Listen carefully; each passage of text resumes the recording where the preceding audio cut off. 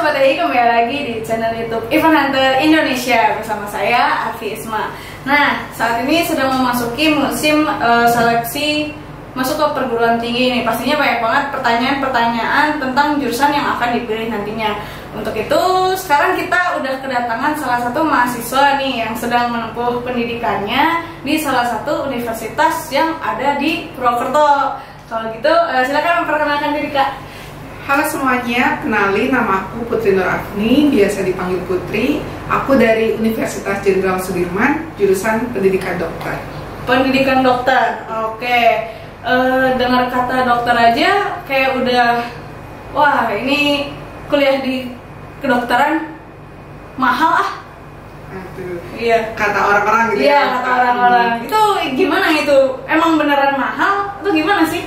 Sebenarnya ya Kak, kalau mahal atau enggak itu kan tergantung orang ya Kak. Iya. Dan kita tahu sendiri itu kan kalau kuliah ada UKT. Oh iya. UKT. Nah, uang kuliah tunggal ini tuh kalau di univ saya sendiri untuk mahal atau tidaknya tuh kita hitung UKT-nya seperti dari jumlah anggota keluarga, kemudian dari gaji orang tua juga, jadi bisa dipertimbangkan. Tidak semuanya merata, misalnya saklek segini tidak Kak, semuanya enggak. Gitu. Berarti dilihat juga kondisi keluarganya kayak gimana gitu ya. Nah, terus apa sih yang jadi motivasi kakak untuk masuk ke jurusan pendidikan dokter ini?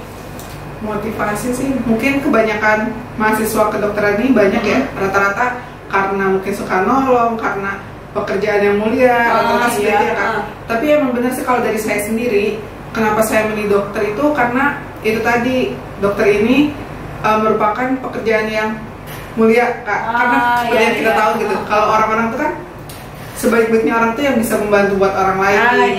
Salah satunya alasannya itu Kak. Iya, benar juga. Oh iya, sekarang ngomong kakak semester berapa?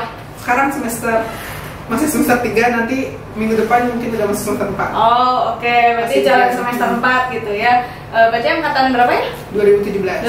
2017, oke. Nah, terus untuk pertama-pertama nih, yang diajarin di jurusan kakak tuh apa aja sih? Kalau pertama-pertama itu kita belajar dasar kayak cuma komunikasi yang baik sebagai dokter seperti apa, kemudian etika yang baik seperti dokter seperti apa, seperti itu. Jadi nggak langsung klinis. Kalau klinis itu nanti seperti semester 2 sudah mulai klinis. Gitu. Berarti semester 1 ibaratnya masih dasar-dasar gitu ya. Nah, oke. Terus di jurusannya kakak nih, ada nggak sih beasiswa gitu? Beasiswa ada Kak. Setiap jurusan tuh pasti ada. Di jurusan saya sendiri tuh ada banyak beasiswa kayak gitu, asalkan kitanya sering nyari aja kayak gitu. Oh gitu. Berarti yang bidik misi juga ada ya? Ada. Nah ya, bidik misi kan dari awal semester dari pertama kali masuk kan udah kayak harus mempersiapkan apa-apa. Nah itu juga sebenarnya udah ada anak-anak bidik misi, teman saya juga ada yang bidik misi seperti itu. Oke, kan ini kakak baru banget ya masuk tahun 2017 gitu ya. Ibaratnya masih ada ingatan lah gitu ya. Gimana sih pas masuk ke jurusan itu? Nah itu persaingannya gimana? Ya, persaingannya bener kata orang-orang yang sudah kita tahu ya Kak, kalau kedokteran tuh kayak banyak peminatnya, terus kayak passing grade-nya pasti tinggi-tinggi kayak gitu. Persaingannya benar-benar ketat banget Kak, soalnya dimulai dari nilai kitanya juga yang harus tinggi. Terus tuh kayak peminatnya yang nggak tahu kenapa peminatnya tiap tahun tuh kayak tinggi banget. Nah emang bener-bener tinggi gitu, apa sih persaingannya, jadi emang ketat. Gitu. Bener-bener ketat. Terus untuk seleksi masuk ke jurusan kedokteran nih ya, itu ada seleksi khusus nggak sih, kayak beda dari jurusan lain? Kan kalau jurusan lain kayak paling cuma sekedar SNMPTN, SBMPTN itu udah tes doang terus masuk kayak gitu. Kedokteran sama nggak? Kalau di univ saya, jadi kalau misalnya kita udah keterima nih, itu tuh ada seleksi tes psikotes sama, jadi buat tahu nilai psikotes kita gimana, terus apakah kita buta warna atau tidak. Kan kalau dokter tuh nggak boleh buta warna, jadi dites ulang lagi, dan kemungkinan bisa aja meskipun udah keterima, udah bayar UKT, tapi pas tes itu gagal ya nggak jadi keterima kayak gitu. Ada tesnya. Berarti itu kan tadi kakak bilang udah bayar UKT, keterima, terus tes lanjutannya nggak lolos, berarti hangus gitu. Iya. Berarti di kampusnya kakak itu udah dinyatakan keterima, bayar UKT, terus baru tes lanjutan. Iya, tes psikologi. Gitu. gitu. Kalau misal belum bayar UKT, bisa ikut tes lanjutan nggak? Nggak, soalnya ketika kita bayar UKT kita dapat NIM kan kak. Oh, nomor gitu induk, ya. Nomor induk. Itu setahu Kakak nih, itu berlaku juga nggak sih di kampus lain? Sama nggak sih di kampus lain kayak gitu juga nggak? Kalau jurusan kedokteran umum kurang tahu sih ya, mungkin beberapa univ kayaknya, tapi kurang tahu kalau di kampus lain. Oh gitu, oke ya. Tapi kurang lebih seperti itu lah ya. Jadi bisa jadi buat gambaran gitu ya. Nah, terus kalau persaingannya ketat nih, berarti jurusan yang Kakak masuk ini jadi jurusan yang favorit dong buat orang-orang. Ya kalau kita lihat di tahun-tahun sebelumnya gitu, kayak dari minat-minat adik-adik juga ya salah satu jurusan favorit sih kak, kayaknya di univ lain juga jurusan favorit ya kalau kedokteran ini tuh. Nah di univ saya juga salah satu jadi jurusan favorit. Oh oke. Dulu kakak waktu masuk ke jurusannya kakak lewat apa nih tes? Jalurnya apa? Kalau aku lewat jalur mandiri. Oh jalur mandiri gitu, berarti ujian SBMPTN gitu ya? Iya. Tapi kalau di univ saya sendiri kan, kalau jalur mandiri itu ada terbagi dua, jadi mandiri non tulis sama mandiri tulis. Nah kalau mandiri non tulis ini khusus untuk S1.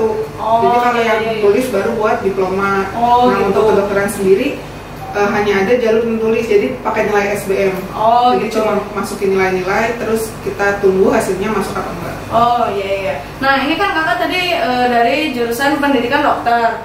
Nah berarti beda nggak sih sama jurusan kedokteran umum?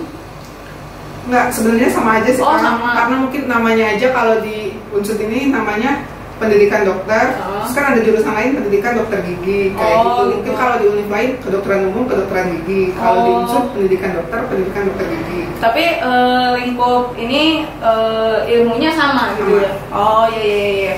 Nah terus apa aja sih yang harus kita punya dulu kalau mau masuk ke jurusan kedokteran? Yang pasti yang pertama akademiknya harus bagus ya kak, karena nggak bisa dipungkiri gitu. Tes itu nilai dari tes kayak SNM, SBM nilai itu pasti harus tinggi gitu, karena kan persaingannya juga ketat. Kemudian kalau mungkin kayak minat di kedokterannya juga loh kak, karena kita tuh nggak bisa kayak misalnya cuma mau coba-coba ke dokteran itu kayaknya nggak mungkin deh. Jadi harus kayak minat kita tuh punya passion di situ. Soalnya katanya masuk ke kedokteran itu emang sulit, tapi bertahan di kedokteran itu lebih sulit. Jadi kalau misalnya kita nggak punya minat atau passion di situ, mungkin bisa berat juga gitu ke depannya. Oke. Ini dari satu lagi kak, mental juga harus. Iya. Oke.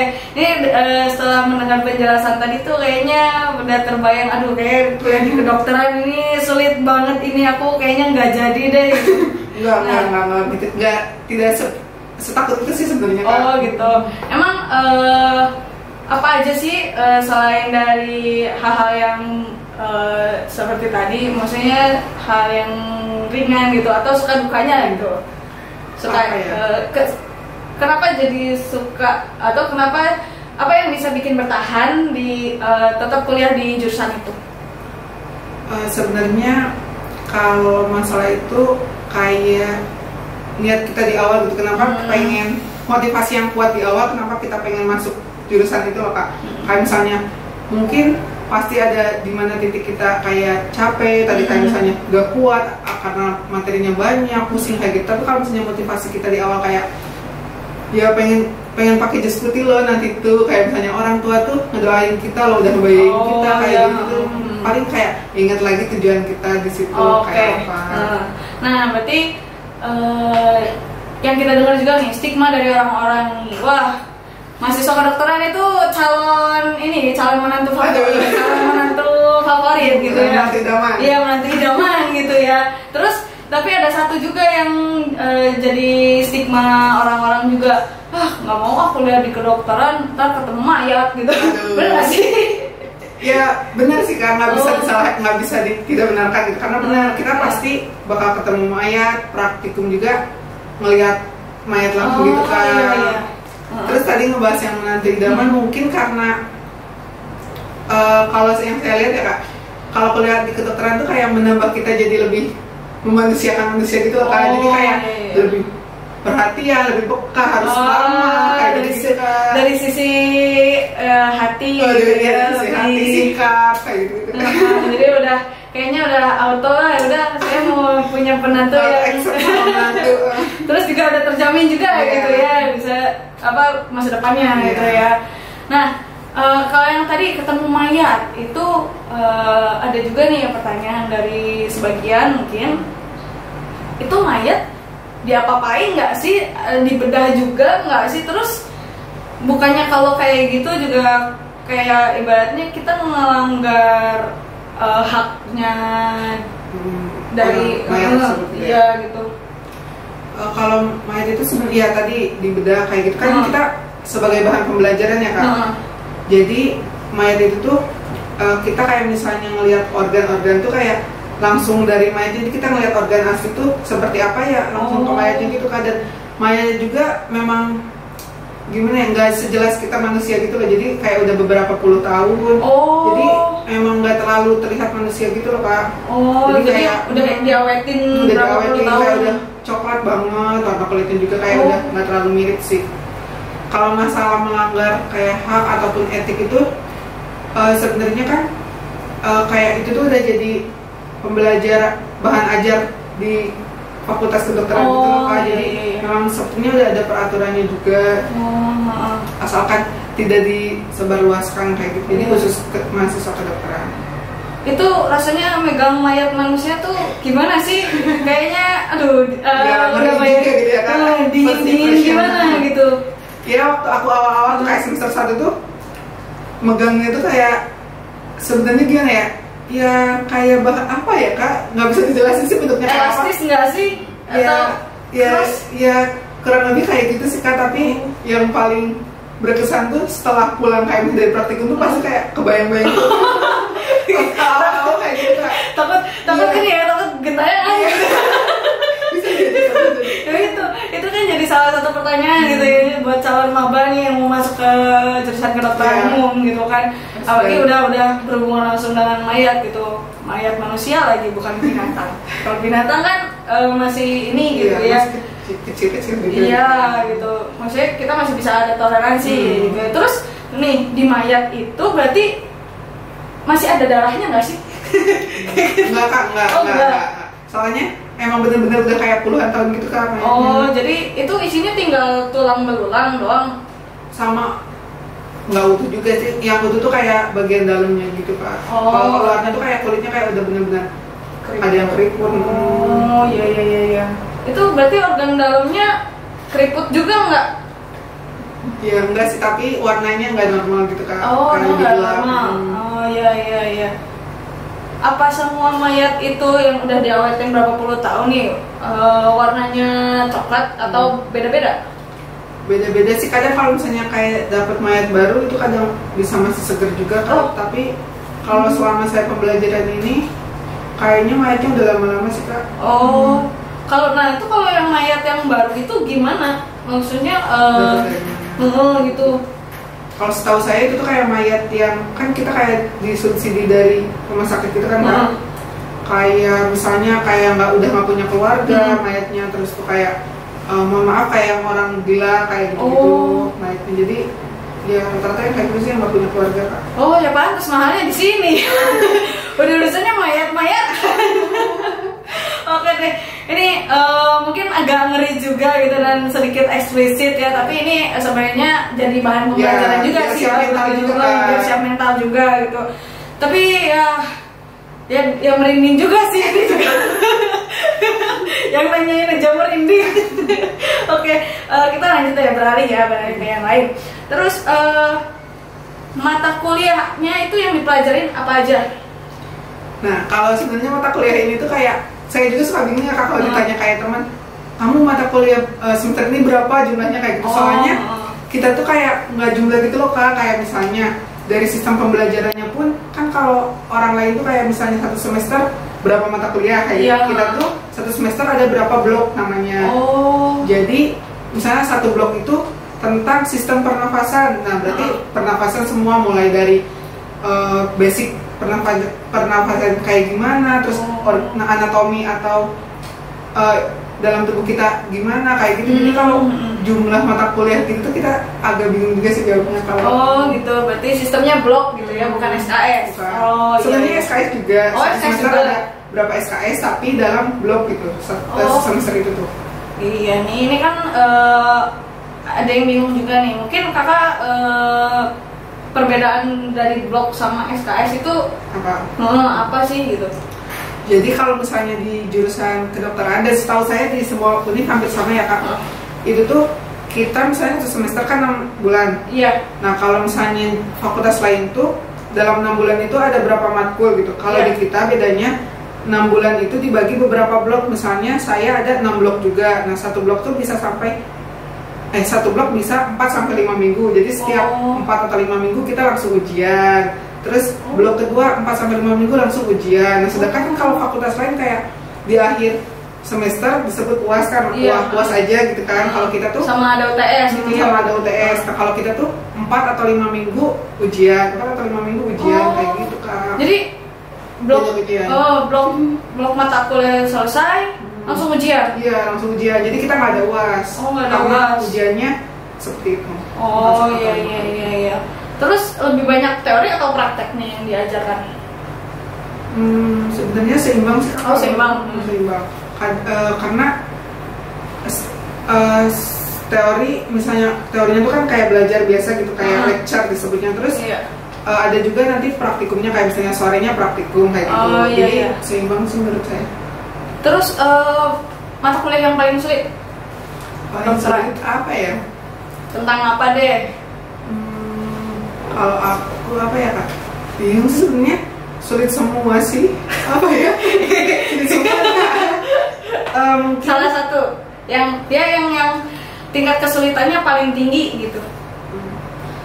Mungkin kayak misalnya ini, kalau saya kak, kayak kan ada beberapa sistem nih kalau di kedokteran kayak sistem pernapasan, sistem pencernaan dan lain-lain. Kalau saya sih ngerasa lebih sulit sistem pencernaan gitu kak, kayak itu tuh kayak nggak ngerti, kayak banyak banget organ dalamnya gitu, jadi sulit. Iya, itu sampai yang ke dalam-dalam aja dibahas gitu ya. Kayak sampai kecil-kecil banget. Iya, pilih-pilih khusus gitu ya. Iya itu, aduh ribet juga ya itu. Kayak harus hafal juga. Harus hafal juga. Wah, berarti itu setiap berarti kita tuh harus dipacu untuk hafal organ kita nih ya. Iya. Dan seringkali kan kita tahu bentuknya itu kan kalau praktikum ya kak, sedangkan ya praktikum kan terbatas juga waktunya. Jadi katanya tuh benar-benar kita bisa mengaplikasikan itu ketika koas. Koas. Ini nih yang jadi beberapa pertanyaan orang-orang setelah lulus dari jurusan kedokteran nih. Apakah langsung bisa jadi dokter atau harus ada tahapan lagi yang harus dilalui gitu? Tahap jadi dokter gitu kan. Nah, seperti yang kita tahu gitu. Jadi dokter itu kan kuliah yang sangat lama ya, paling lama gitu. Jadi kita kayak kuliah 7 semester. Berarti 3,5 tahun. Normalnya 3,5 tahun. Terus misalnya kita kayak skripsian, terus akhirnya udah tuh lulus jadi S.Ked dulu kak, itu baru sarjana kedokteran. Nah, habis udah jadi S.Ked kita nggak langsung jadi dokter. Jadi kita itu harus koas tadi namanya, atau dokter muda selama normalnya 1,5 tahun atau 2 tahun. Nah, habis itu kita baru yudisium, habis itu baru bisa jadi dokter. Nah, tapi ketika kita udah habis koas dapat gelar dokter nih, sumpah dokter, dapat gelar dokter kan. Nah, kita nggak langsung bisa buka praktek. Kita harus internship atau pengabdian setahun buat dapetin nomor izin praktek. Jadi kayak di rumah-rumah tuh itu tuh harus internship dulu kayak gitu. Jadi kurang lebih berapa tahun ya? 4, 5, 6, 7 tahunan. Di total semua udah sama kuliahnya itu? Iya, kurang lebih 7 tahun. Iya. Baru dokter umum. Baru dokter umum. Apakah itu di dokter kayak misalnya dokter gigi juga sama seperti itu? Iya, normalnya segitu kak. 7 tahun. Iya, pantas mahal ya. Mahal banget sih. Mahal banget gitu. Nah, terus nih yang jadi tantangan tersendiri selama kuliah di jurusan kedokteranmu?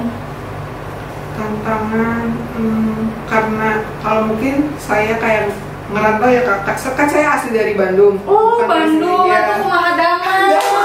Kakaknya dari mana? Dari Bandung juga. Oh, dari Bandung juga. Aduh, nanti kita ngobrol aja itu nanti aja ini dulu aja ya. Oke. Jadi kamu rantau terus. Paling kalau saya pribadi sih tantangannya kayak kalau misalnya pasti gitu kan kayak tadi bertahan itu kayak lebih sulit gitu. Kalau kayak kita lagi ngedown kayak supportnya tuh kayak kurang gitu kalau kayak merantau kan karena orang tua jauh kayak gitu. Sebenarnya kalau kayak tantangan kuliah susah gitu, materinya susah itu mah kayak hal wajar gitu. Pasti semuanya juga ngerasain. Tapi kalau kayak udah kayak butuh support kayak orang tua kan jauh kayak gitu salah satu yang sulit juga. Iya sih, berat juga sih tadi dengar penjelasannya tuh kayak kuliahnya tuh udah bikin stres duluan gitu ya. Tapi jangan khawatir, nggak cuma itu, pastinya ada itu sukanya tuh tadi belum dijelasin itu sukanya tuh apa gitu. Mungkin sukanya tadi kan jadi menantu idaman. Iya, itu udah pasti udah auto gitu. Nah kalau tadi kan, aduh dengar penjelasannya aja tuh kayaknya udah nggak mau kuliah di jurusan kedokteran gitu. Nah itu kan tadi yang kayaknya berat banget gitu loh kuliah di kedokteran. Emang nggak ada ini apa yang sukanya? Banyak sih sebenarnya kan nggak berat banget sih. Banyak sukanya juga kayak misalnya itu tadi kita langsung praktek ke lapangan karena seimbang kan antara praktikumnya juga kayak melihat langsung terus kita bisa lebih paham juga kayak gitu. Terus tuh tadi kayak menantu idaman auto terus apalagi ya sukanya sebenarnya seru sih kak kuliahnya gitu karena kita tuh kayak belajarnya tuh sama teman-teman tuh kayak lebih akrab karena kan sebagai dokter gitu kita harus bisa kerjasama gitu kayak jadi sama teman-teman yang lain juga senang gitu terus kayak belajar sama kakak-kakak tuh kayak mereka tuh pada baik gitu karena mungkin mengerti kita bagaimana sulitnya di kedokteran jadi enak sih kak. Jadi saling berbagi lah ya dari angkatan atas gitu ya ke adik kelasnya kayak gitu ya. Nah terus tadi kan udah nih tips-tips buat bertahan. Sekarang mungkin ini aja kali ya pesan-pesan untuk calon maba yang mau masuk ke kedokteran umum nih. Terus sama sekaligus apa aja hal yang harus dipersiapkan gitu. Ya, mungkin tips-tips buat maba yang mau masuk kedokteran umum atau kedokteran gigi. Yang pertama kalian harus bisa konsisten dulu, diniatkan dulu bener atau enggak gitu kan kedokteran itu apa, karena mungkin kan banyak juga yang karena dorongan orang tua. Nah tapi pesannya harus diniatkan dulu dari diri kita sendiri, kita yang mau. Terus belajarnya mungkin bisa lebih ditingkatkan lagi karena benar-benar belajar itu hal yang perlu gitu, hal yang utama buat masuk kedokteran. Karena sejatinya kita juga belajar itu sepanjang hidup gitu, karena kan kita langsung bersentuhan dengan manusia. Kita tuh nggak bisa kayak seteori itu. Terus tuh mungkin mentalnya juga perlu disiapin. Nah tapi jangan karena udah tahu tentang kedokteran jangan jadi ngeluh, jangan jadi minder, tapi harus bisa lebih semangat, justru lebih semangat. Iya. Oke deh, itu tadi bincang-bincang bedah jurusan tentang jurusan kedokteran umum. Buat kalian nih yang memilih jurusan tersebut, semoga lebih yakin lagi gitu ya setelah adanya bedah jurusan dari jurusan kedokteran umum ini. Semoga bermanfaat juga buat kalian. Yang pasti intinya kalau kalian ingin masuk ke jurusan yang kalian inginkan, niat dulu, ya kan? Niat dulu biar kalian tidak biar mantap, terus nggak terasa berat gitu ya ngejalannya, bisa enjoy juga. Gitu. Oke deh, sekian bincang-bincang bedah jurusan kita kali ini. Kalau gitu saya Arfi Isma dan saya Putri Nurafni pamit undur diri dan see you.